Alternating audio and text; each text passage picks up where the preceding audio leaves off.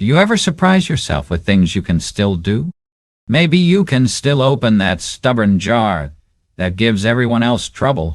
Or perhaps you can still get right down on the floor to play with your grandkids and pop back up again. As we reach our 70s, 80s, and beyond, some everyday abilities start to feel like real accomplishments, almost like having little superpowers. These are wonderful signs that we're aging exceptionally well. Today, we're exploring 6 specific yet common abilities that are powerful indicators you're truly thriving and winning at life after 70.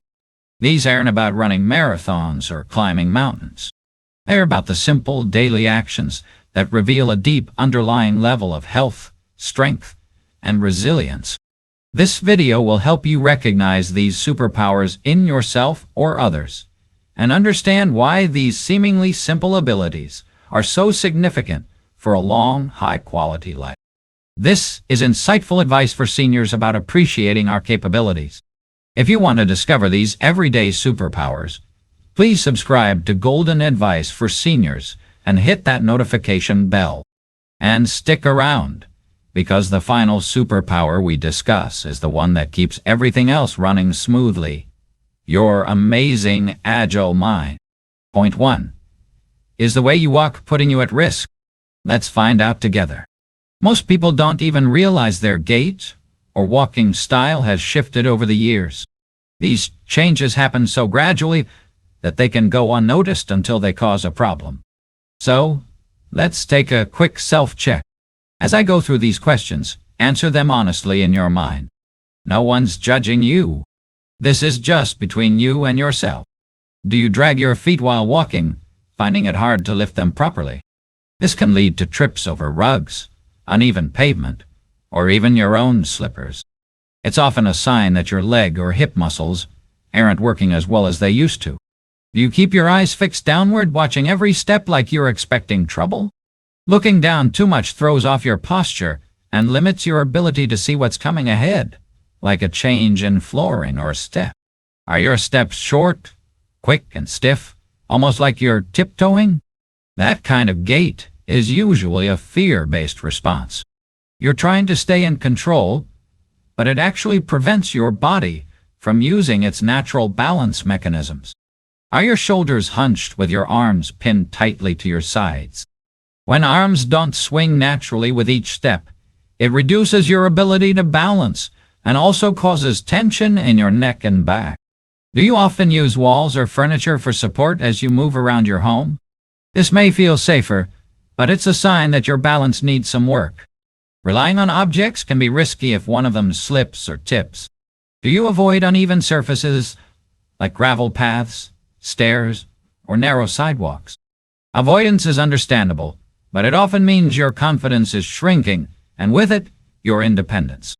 Now here's the important part. If you said yes to 2 or more of these, your walking style is probably increasing your fall risk. And that's nothing to feel bad about. The good news is that now you know. And once you know what's happening, you can begin to change it. The next step is to understand how walking correctly is supposed to feel, and how just a few small changes can make a big difference. Please comment 1 if you are with us. Point 2. The 5 simple fixes that can make your walk safer and stronger. Let's talk about what a healthy, stable walk really looks like. Not the way a young athlete walks, but the way your body was meant to move, even as you age. Walking isn't just about moving from one place to another. It's a full-body process that involves your muscles, joints, posture, and even your eyes. And when one part is off, everything else feels a little unstable. But here's the encouraging part. Just 5 simple changes can bring your balance back on track. Head position. Start by imagining a string gently pulling the top of your head upward. Keep your chin slightly tucked in, not pushed out, so your head sits right above your shoulders. This helps line up your whole spine and keeps your body centered. If your head leans too far forward, even by an inch, it can throw off your balance. Shoulder relaxation. Let your shoulders fall away from your ears. Don't hunch around your upper back. Think about opening your chest like you're preparing to take a deep, calming breath. A relaxed upper body allows your arms to move naturally, and that matters more than most people think. Arm swing. As you walk, your arms should swing gently in the opposite direction of your legs. That means when your left leg steps forward, your right arm swings forward. This small motion keeps your torso stable and balanced. If your arm stays stiff by your sides, you lose that rhythm and increase your risk of tipping over. Foot placement. Each step should begin with your heel touching the ground, then rolling through the middle of your foot and finally pushing off with your toes. This smooth motion uses all the muscles in your legs and helps with balance. Try to keep your feet about hip-width apart, not too close together, not too wide. Gaze forward. Instead of looking down at your feet, keep your eyes focused ahead toward where you're going. This gives your brain better spatial awareness and helps you spot obstacles early. Looking ahead also naturally improves your posture. Now, I know that trying to change your walking style might feel strange at first. That's normal. But the more you practice these 5 small habits, the more natural they'll feel. Even just walking for 5 minutes a day with this kind of awareness can retrain your body and help you feel stronger, steadier, and more in control. Please comment too if you are with us. Point 3. 5 easy exercises to help you walk better and stay steady. Alright, now that we've talked about how to walk the right way, let's talk about how to build the strength and balance to support that kind of walking. Let's walk through them one by one. Take your time and only do what feels safe and comfortable. If you need a chair or wall nearby for support, that's perfectly fine. 1 foot balanced behind a chair. Stand behind a sturdy chair and hold on to the back of it with one or both hands. Slowly lift 1 foot off the ground and try to balance on the other. Hold for about 10 to 15 seconds, then switch legs. Do this 3 to 4 times on each side. This helps strengthen the muscles that keep you steady when you're walking or turning. The goal isn't to lift the foot high, just to practice staying balanced on one leg. Heel to toe walk in a straight line. Find a clear, flat space, like a hallway. Walk in a straight line by placing the heel of 1 foot directly in front of the toes of the other foot, as if you're walking on a tightrope. Take 10 to 15 slow steps. Use a wall for light support if needed. This improves coordination and teaches your body how to maintain balance during narrow steps or uneven ground. High knee marching in place. Stand behind a chair again and begin slowly marching in place. Lift each knee as high as feels comfortable, ideally to hip level. Alternate legs and aim for about 15 to 20 reps per leg. Keep your core muscles gently engaged and your back upright.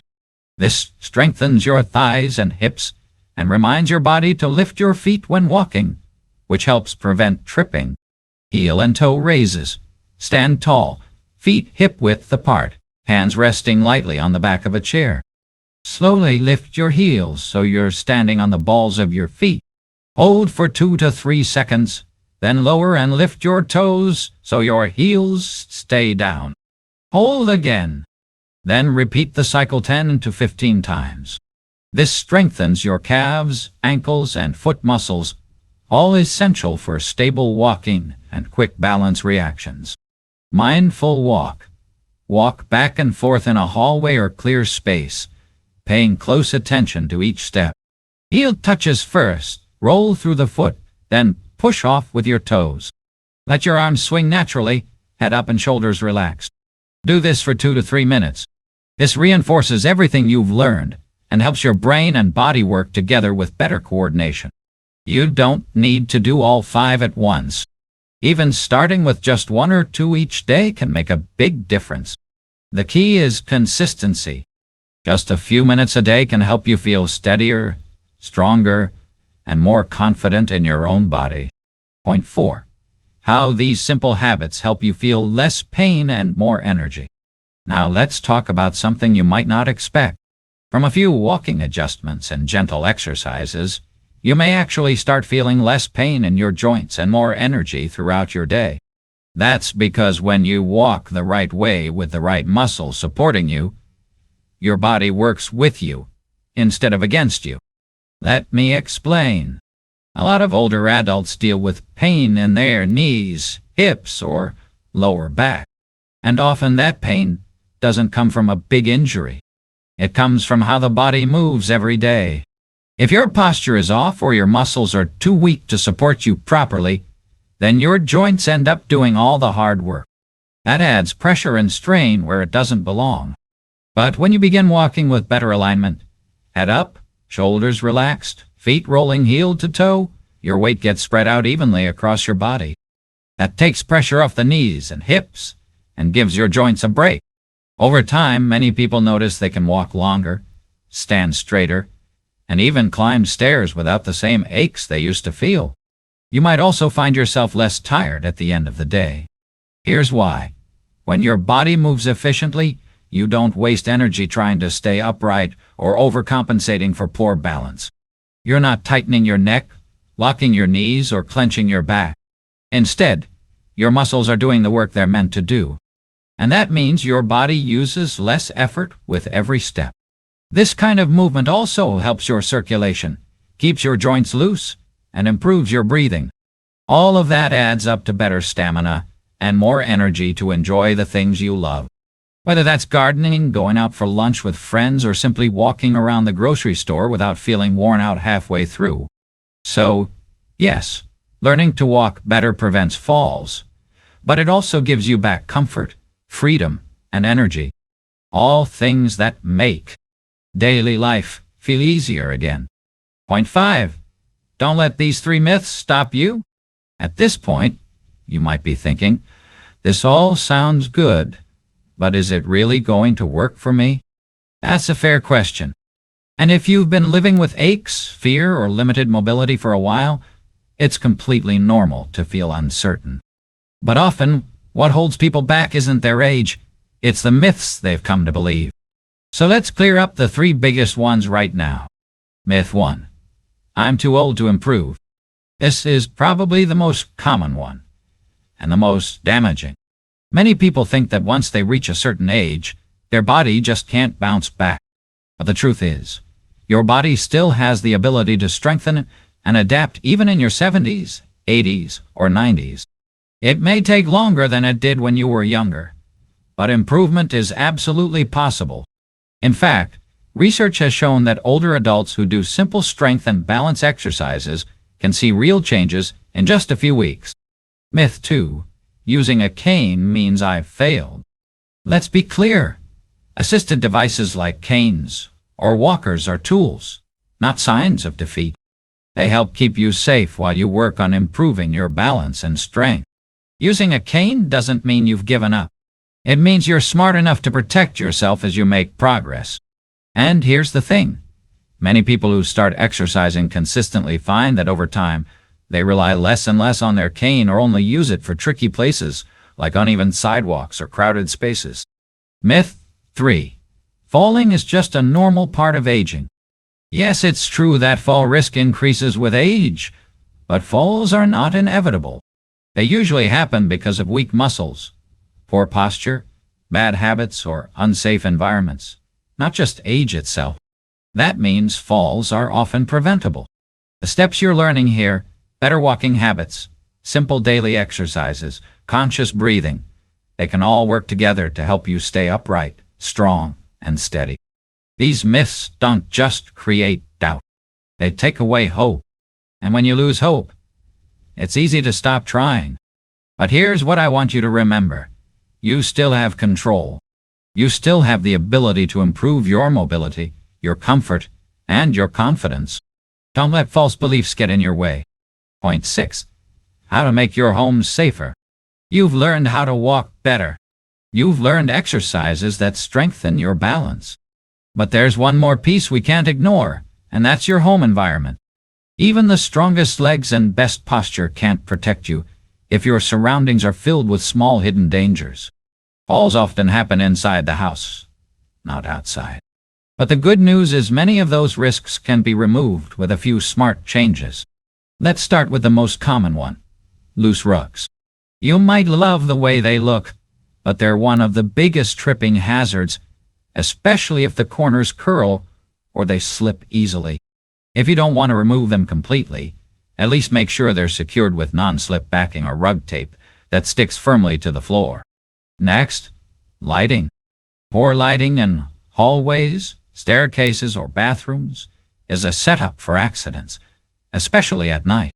Replace any dim bulbs and consider adding motion sensor night lights, especially along the path from your bedroom to the bathroom.